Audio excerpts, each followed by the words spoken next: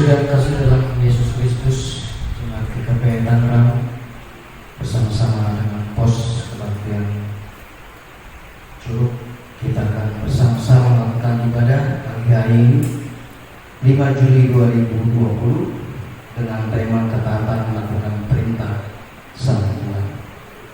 Untuk informasi, kita bersyukur bahwa minggu yang akan datang 12 Juli 2020 kita sudah bisa melakukan ibadah bersama di gedung gereja dengan ketentuan yang akan diinformasikan lebih lanjut di dalam grup media sosial seperti WhatsApp akan kita informasikan. Demikian informasi yang bisa saya sampaikan, dan pagi hari ini kita akan bersama-sama dilayani oleh pendeta Gary Aceh dan kita akan mulai ibadah ini. Bersama-sama kita akan menyambutnya melalui nyanyian jemaat Kidung Jemaat 4 bait 1 dan 4. Saya undang Bapak berdiri.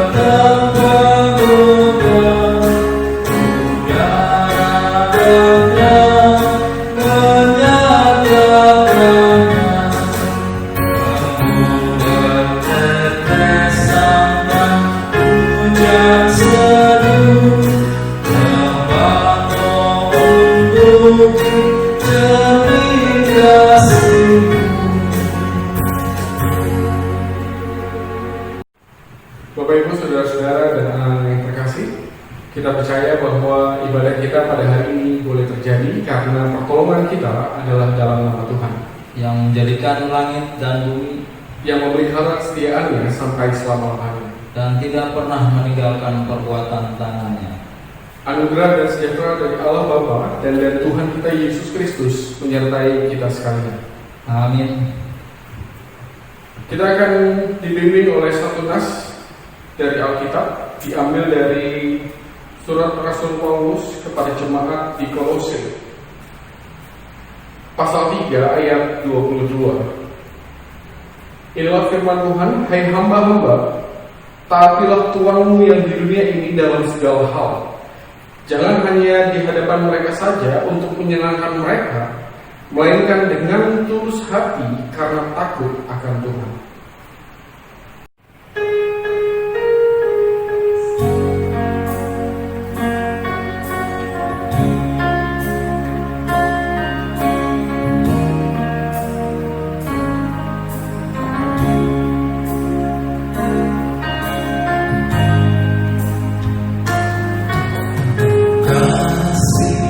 Yang sempurna adalah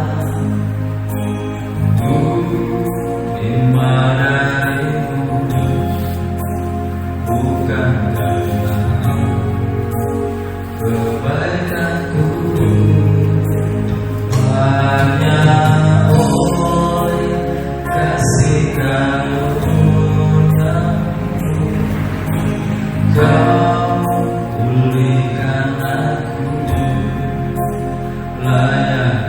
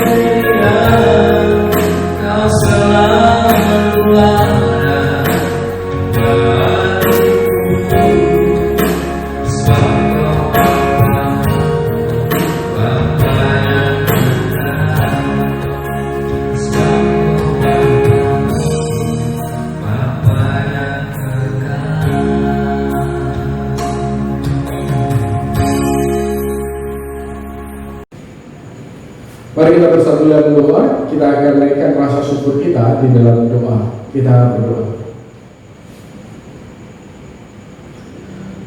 Segala puji dan sembah syukur kami haturkan ke hadapan-Mu, ya Tuhan Allah kami, yang kami kenal di dalam Kristus Yesus.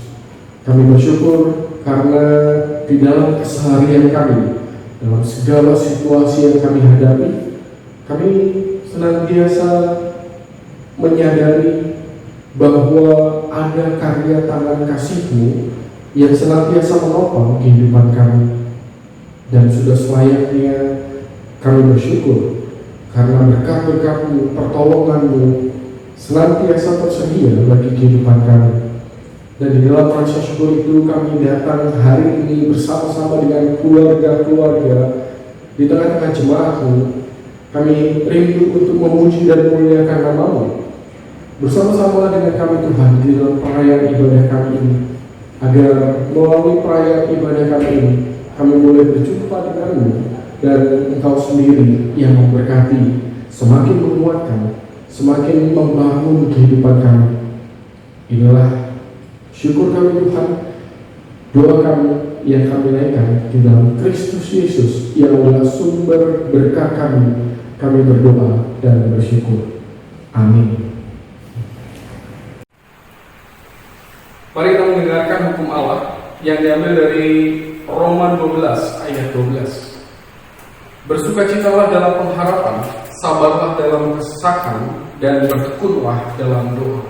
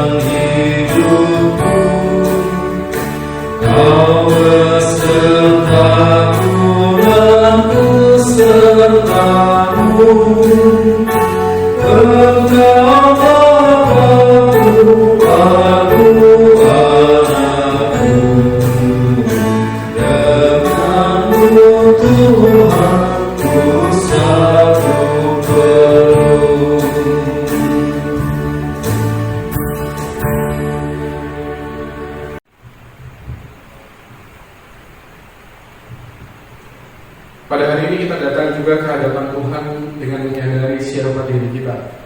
Hanyalah manusia biasa yang penuh dengan keterbatasan dan kelemahan, dan di dalam keterbatasan dan kelemahan kita, disitulah kita sering kali jatuh bangun di dalam dosa. Oleh sebab itu, jikalau kita berkata bahwa kita tiada berdosa, maka kita menipu diri kita sendiri dan kebenaran itu tiada pada kita. Jika kita mengaku segala dosa kita, maka Allah itu setia dan adil, sehingga Ia mengampuni segala dosa kita dan menyucikan kita dari segala kejahatan.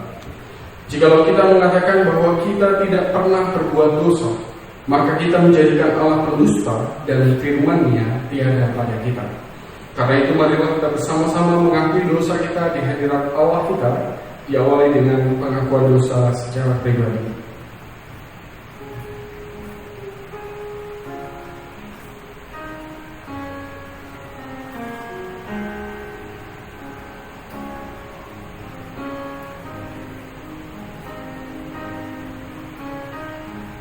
Kita ucapkan bersama-sama. Ya Tuhan, kami telah berbuat dosa terhadap-Mu. Kami telah berdosa terhadap sesama kami dalam pikiran, perkataan, dan perbuatan. Kalaunya kami menyimpang dari jalan-Mu yang benar. Ampunilah dosa kami ya Tuhan. Kasihanilah kami ya Tuhan. Kasihanilah kami ya Kristus. Kasihanilah kami ya Tuhan. Amin.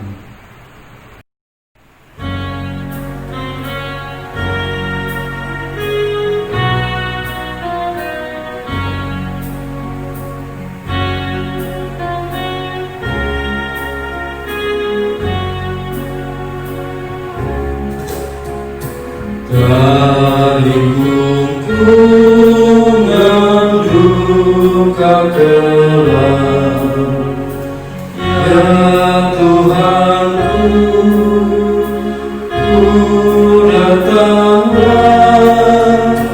masuk ke terang-Mu bebas senang, ku datang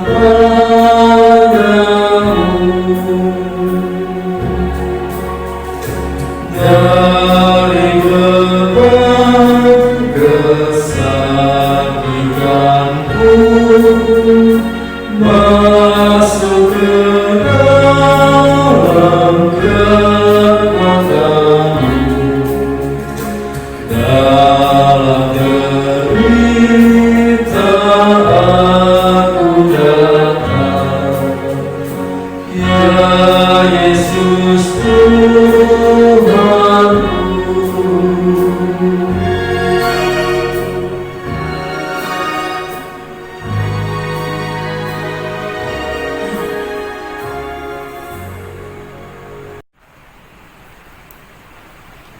Kabar baik yang akan selalu kita dengar adalah bahwa Allah yang kita kenal dalam Kristus adalah kasih adanya.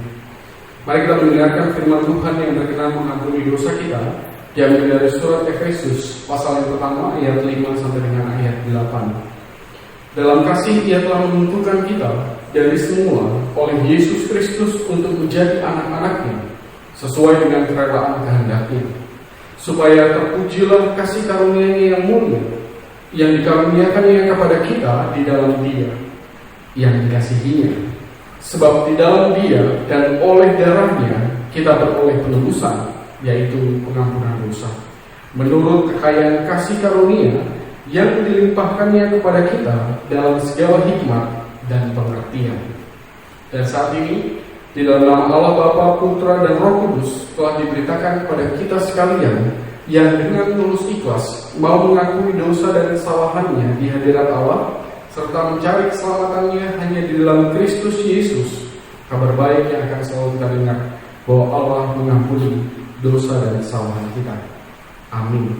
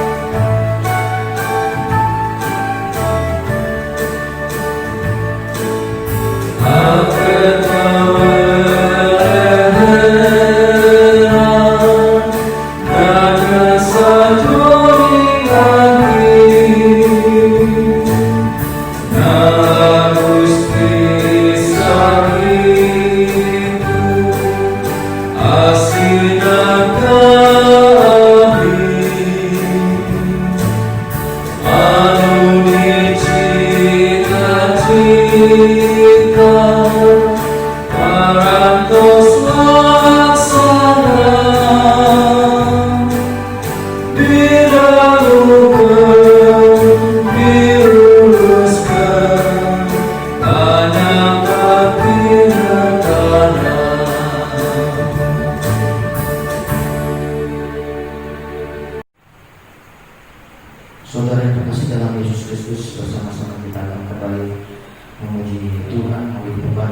Pembacaan Mazmur terambil dari Mazmur 145 ayat 8 sampai dengan 14 dengan perikop puji-pujian karena kemurahan Tuhan.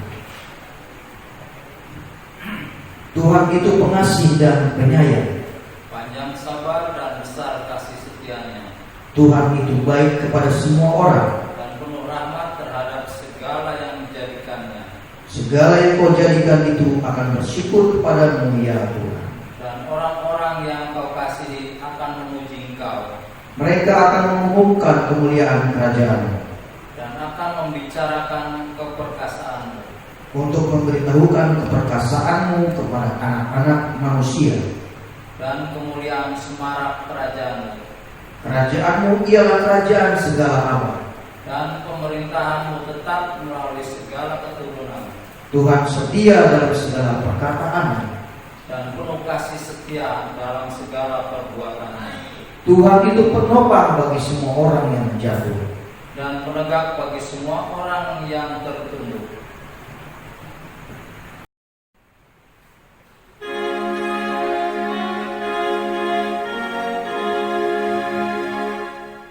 Kemuliaan bagi Bapa, Putra dan Roh Kudus, seperti semula, kini dan terus, dan kekal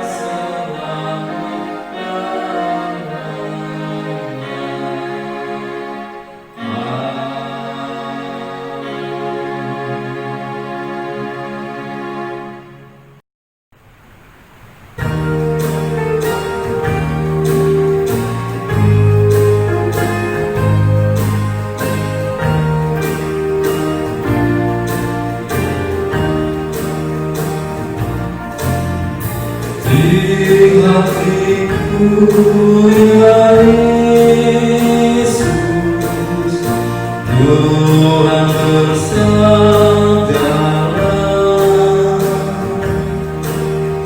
agar tenang hatiku dan hilang khawatirku. Di hatiku, ya di hatiku, Tuhan bersabdalah, ku berserah, pasrah penuh, bersabdalah ya Tuhan.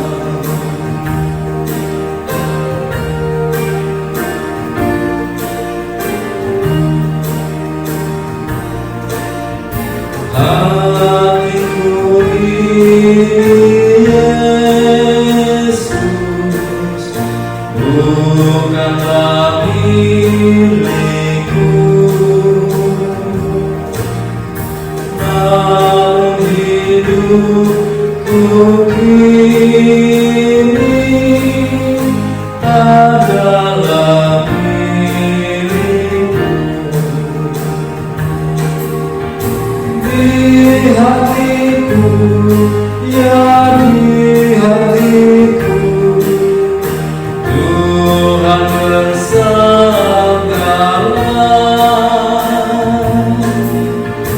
ku berserah, pasrah penuh, bersabdalah ya Tuhan.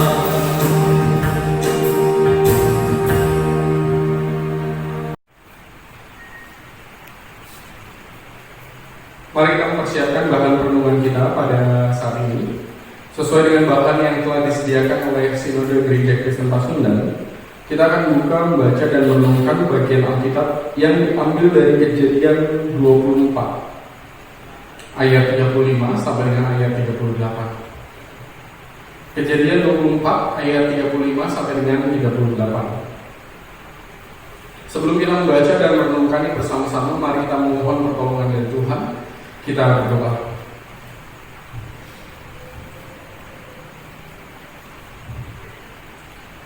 Ajar kami untuk dapat meneladani semua tindakan yang benar di hadapan-Mu yang dilakukan oleh tokoh-tokoh di dalam Alkitab, sehingga ketika berkat-berkat itu dinyatakan kepada mereka, maka Engkau pula yang sanggup untuk menyatakan hal yang sama.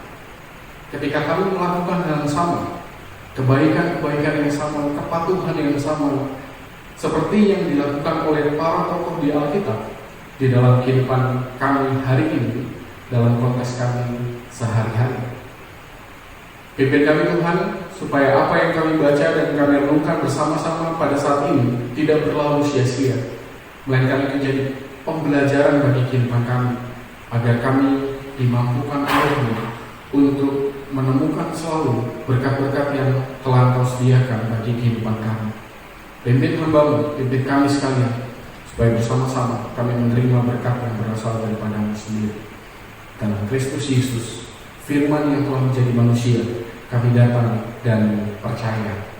Amin.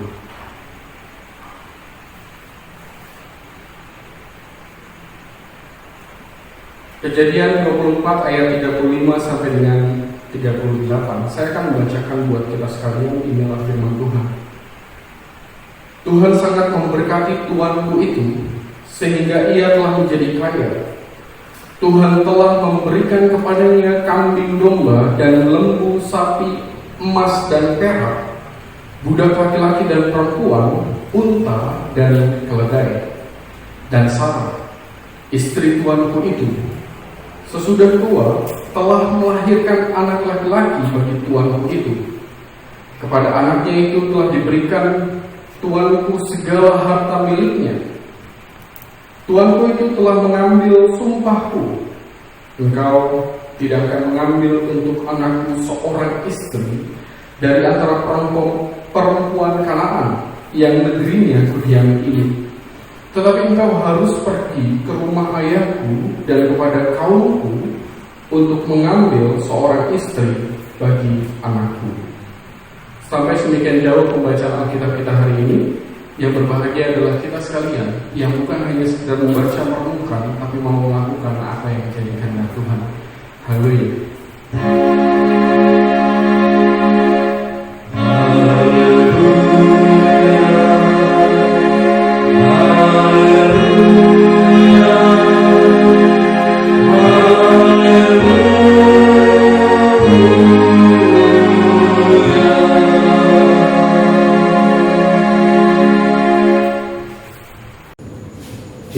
Shalom Bapak Ibu semuanya. Berbicara tentang ketaatan di masa pandemi ini, mungkin kita pernah melihat langsung atau bahkan mengalaminya juga dari apa yang saya mau tunjukkan di gambar berikut ini.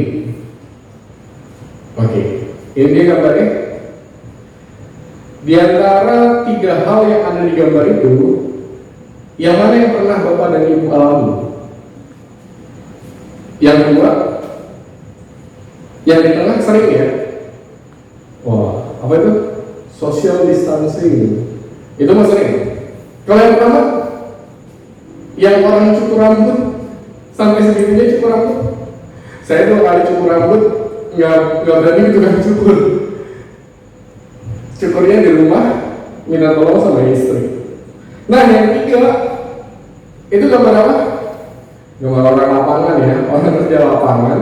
Lalu kemudian pakai masker dan akhirnya mukanya jadi belang, kulit mukanya jadi belang.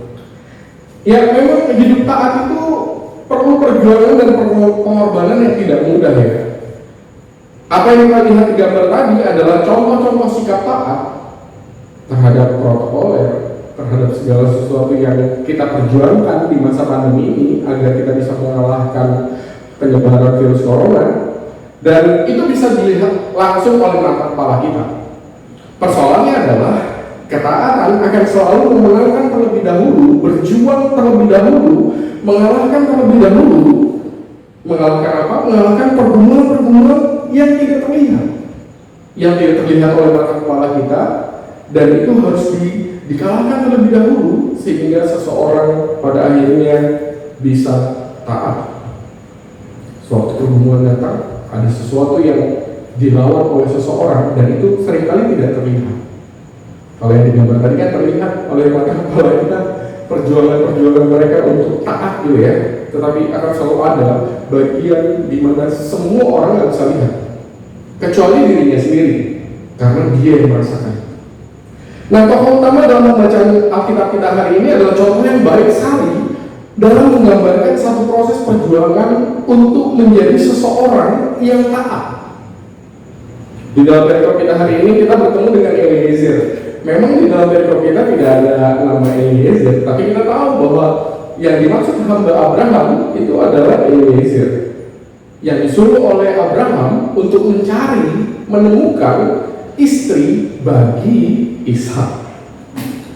Dan bukan di Kanaan. Abraham ada di Kanaan, lalu Abraham bilang sama Eliezer, kamu harus cari, menemukan istri bagi Ishak, di mana bukan di Kanaan, tetapi di kampung halaman Abraham.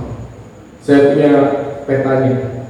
Nah, bagian yang Hebron itu itulah tempat tinggalnya Abraham.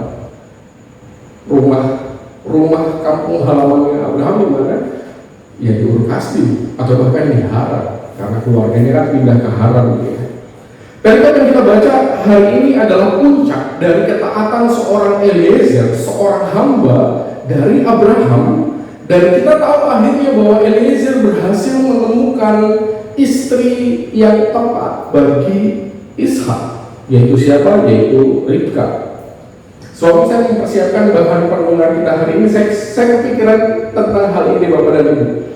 Saya mau menunjukkan satu ayat supaya kita tahu bahwa ada sesuatu yang dihadapi oleh Eliezer untuk menjadi seorang yang taat, sehingga pada akhirnya puncaknya ada di dalam perikop kita hari ini. Saya mau menunjukkan kepada kita Kejadian 15 ayat 2. Kejadian 15 ayat 2 dikatakan di sana, Abraham menjawab, ya Tuhan Allah, apakah yang akan kau berikan kepadaku? Karena aku akan meninggal dengan tidak mempunyai anak, dan yang akan mewarisi rumahku ialah Eliezer orang Damsyik itu. Oke? Itu ya.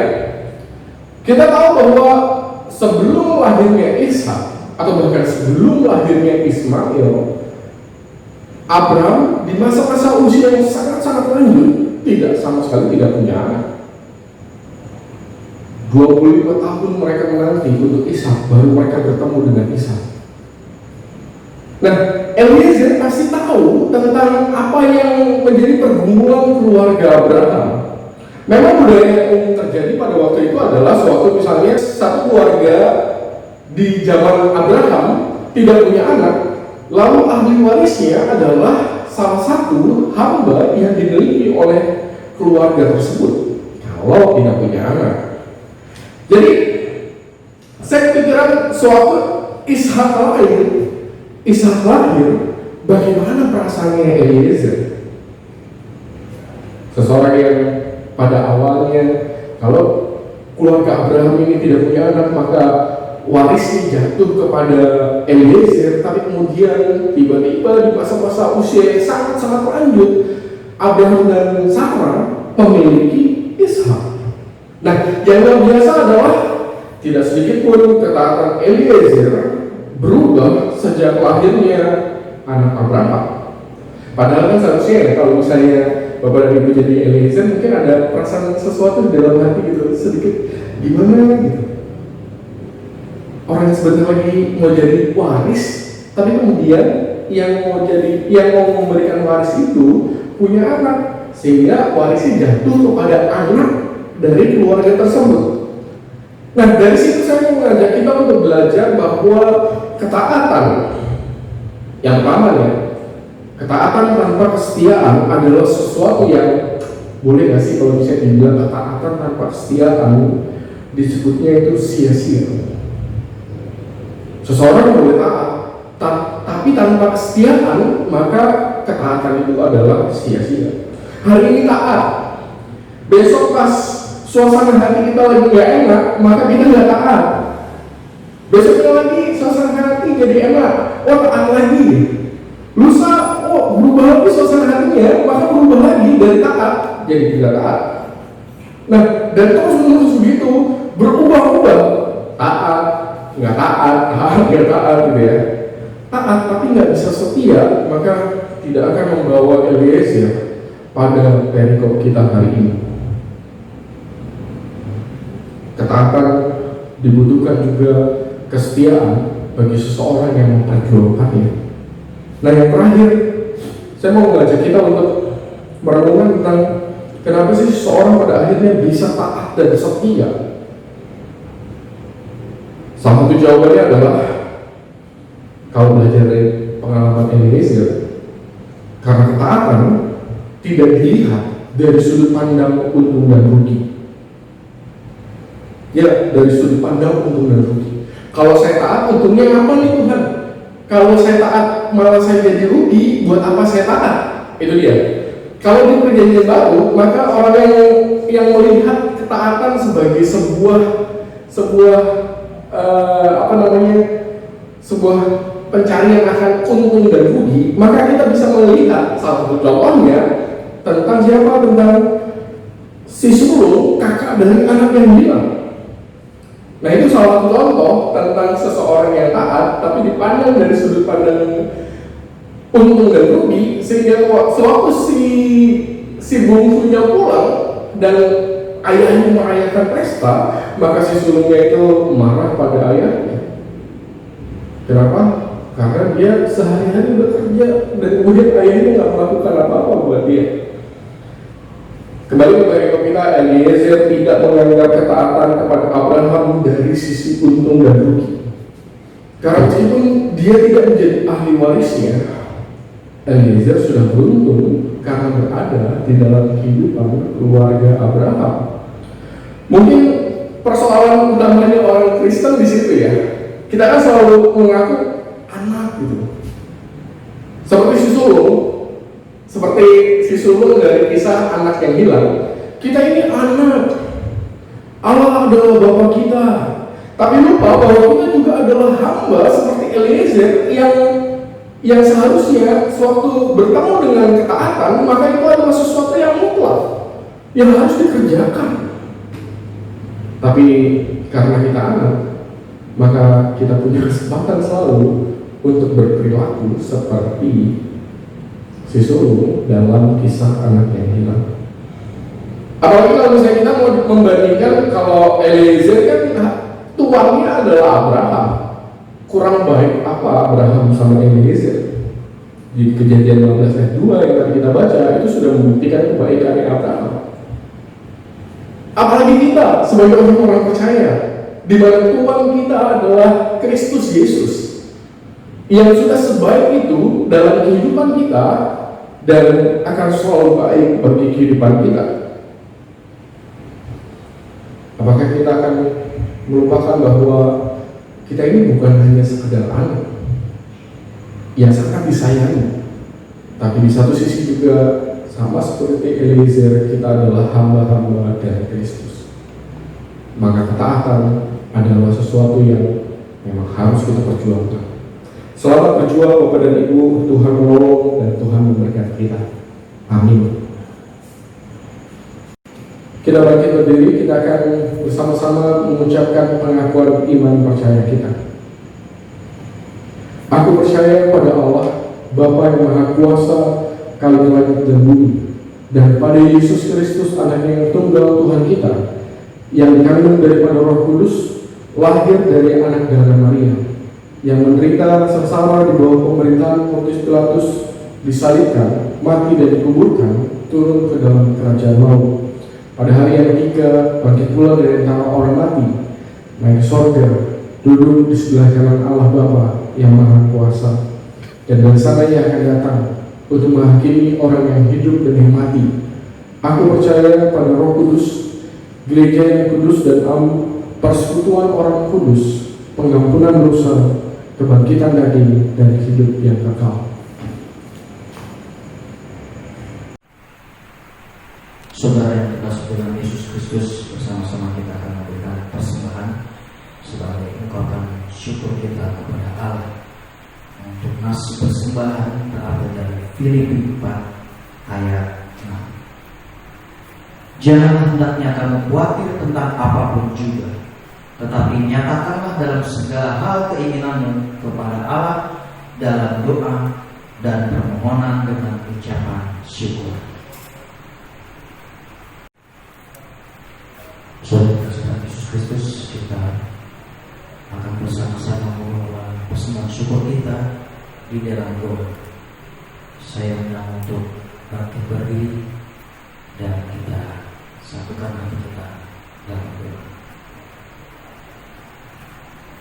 Allah yang Maha Kuasa dan Kekal, kami mengucap syukur dan memuji nama-Mu yang Maha Mulia. Karena siapakah kami ini sehingga beroleh kekuatan mempersembahkan dengan kerelaan hati persembahan yang demikian ini. Daripada-Mu juga semuanya ini, dan yang kami persembahkan ini asalnya daripada tanah. Amin.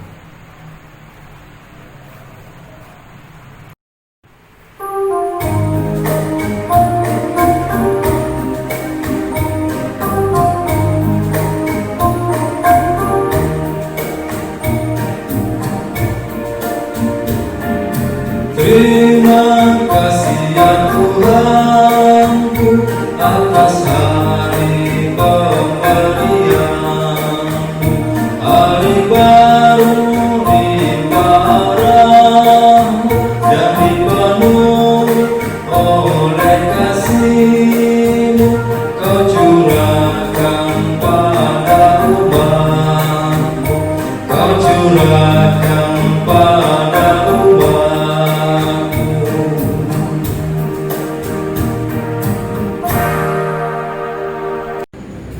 Mari kita bersatu dalam doa, kita naikkan syafaat kita. Kita berdoa. Bapa yang penuh kasih, Bapa yang kami kenal dalam Kristus Yesus, kami sungguh bersyukur karena di minggu hari ini kembali kami boleh datang sebagai keluarga, berkeluarga. Meskipun hari ini, sampai dengan hari ini kami masih belum bisa berjumpa di gedung gereja, tapi kami yakin dan percaya bahwa persekutuan kami sebagai keluarga jemaat Tuhan, Tuhan senantiasa mengikat hati dan pikiran kami, sehingga meskipun kami terpisah, tetapi kerinduan kami Engkau persatukan di dalam perayaan ibadah online seperti ini. Kami mau berdoa Tuhan, hari ini kami mau menyerahkan kehidupan keluarga kami di masa-masa yang sama sekali baru seperti ini. Tuhan, jagailah kehidupan keluarga kami. Berkati apa yang kami perjuangkan melalui pekerjaan, pelayanan, keseharian kami, baik kami sebagai suami, sebagai istri, atau bahkan sebagai anak-anak, dimanapun kami berada. Biarlah melalui apa yang kami kerjakan, Tuhanlah yang menjadi penjaga bagi kehidupan kami, dan Tuhan pula yang akan menunjukkan jalan-jalan berkah bagi kehidupan setiap kami, yang terbaik bagi kehidupan keluarga kami. Kami mau berdoa juga untuk kehidupan keluarga jemaat-Mu. Kami bersyukur untuk semua proses yang sudah kami lalui, melalui pemerintahan setempat, melalui gugus tugas COVID-19, sehingga di minggu yang akan datang, di minggu tanggal 12 Juli nanti, kami boleh bersama-sama bersatu hati, berkumpul di dalam peribadahan di gedung gereja dengan nuansa yang baru di masa-masa yang baru seperti ini. Kami bersyukur karena Tuhan sudah menyertai semua prosesnya. Ingatkan kami selalu Tuhan bahwa ada sesuatu yang kami perjuangkan bersama-sama untuk melawan penyebaran pandemi virus corona ini, yaitu melalui ketaatan kami menjalankan protokol yang telah ditetapkan oleh pemerintah. Pimpin kami supaya apa yang kami lakukan dalam keseharian kami dan juga dalam perayaan-perayaan ibadah kami dimampukan oleh Tuhan untuk membawa hati dan pikiran kami dan juga ketaatan kami, agar melalui apa yang kami lakukan dalam keseharian kami juga turut serta dalam perjuangan untuk melawan penyebaran virus corona. Kami mau berdoa untuk berbagai kegiatan pelayanan ke depan. Kami mau menyerahkan Tuhan segala sesuatu yang akan kami lakukan ke depan dalam pelayanan bagi-Mu, terutama di masa yang baru seperti ini. Kiranya dengan semua hal yang kami bicarakan, kami sharingkan, kami boleh menemukan cara terbaik untuk melayani-Mu lebih lagi di tengah-tengah jemaat-Mu, sehingga berkat-berkat-Mu senantiasa boleh dirasakan, dan melalui pelayanan di gereja-Mu, kehidupan kami boleh semakin dikuatkan. Kami dengar pada mereka yang berulang tahun di sepanjang minggu ke depan, Tuhan berkati, Tuhan menolong mereka selalu supaya semakin bertambahnya usia mereka, semakin bertambah pula pengenalan mereka akan kebaikan Tuhan dalam hidup mereka. Juga untuk mereka yang sedang sakit, kami mau berdoa untuk Ibu Monik yang dalam proses pemulihan, Ibu Tin dalam proses pemulihan, Ibu Sumi dalam proses pemulihan setelah operasi, untuk semua saudara-saudari kami yang saat ini bergumul dalam sakit penyakit mereka. Tuhan berikan kekuatan selalu supaya melalui apa yang mereka lakukan, pengobatan, istirahat, perawatan, segala sesuatu yang mereka lakukan, melalui itu Tuhan boleh menyediakan pemulihan dan kesembuhan bagi kehidupan saudara-saudara kami yang sedang sakit. Kami juga mau berdoa untuk pelayanan-pelayanan di tengah-tengah klasis maupun sinode.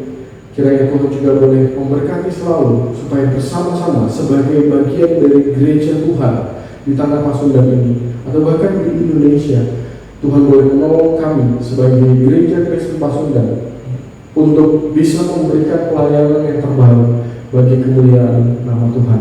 Kami juga teringat pada bangsa dan negara kami. Tuhan pimpin selalu para pemimpin bangsa dan negara kami ini, dan juga mereka-mereka yang berjuang selalu untuk melawan penyebaran virus corona. Kami mau berdoa untuk tim medis, kami mau berdoa untuk aparat keamanan, untuk semua orang.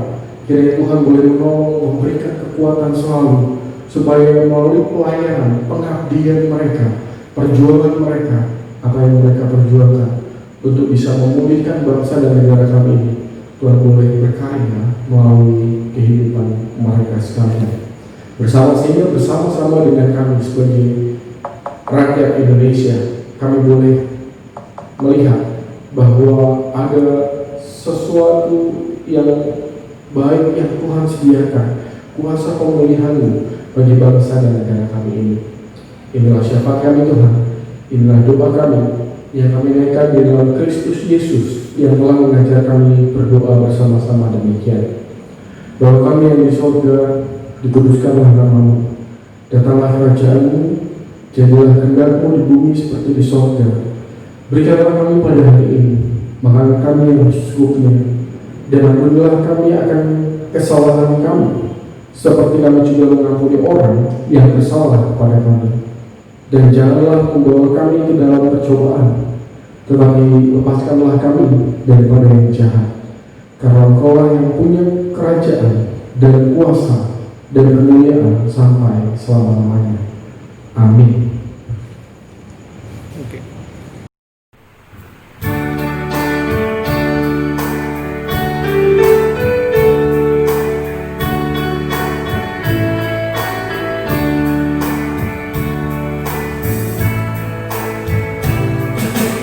Tuhan tolonglah bangunkan iman, pulihkanlah kasih yang penuh.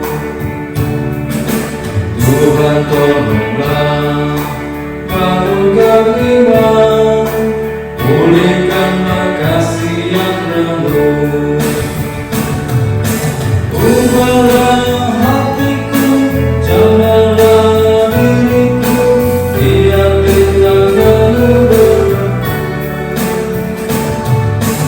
Tuhan tolonglah bangunkan iman, pulihkanlah kasih yang penuh.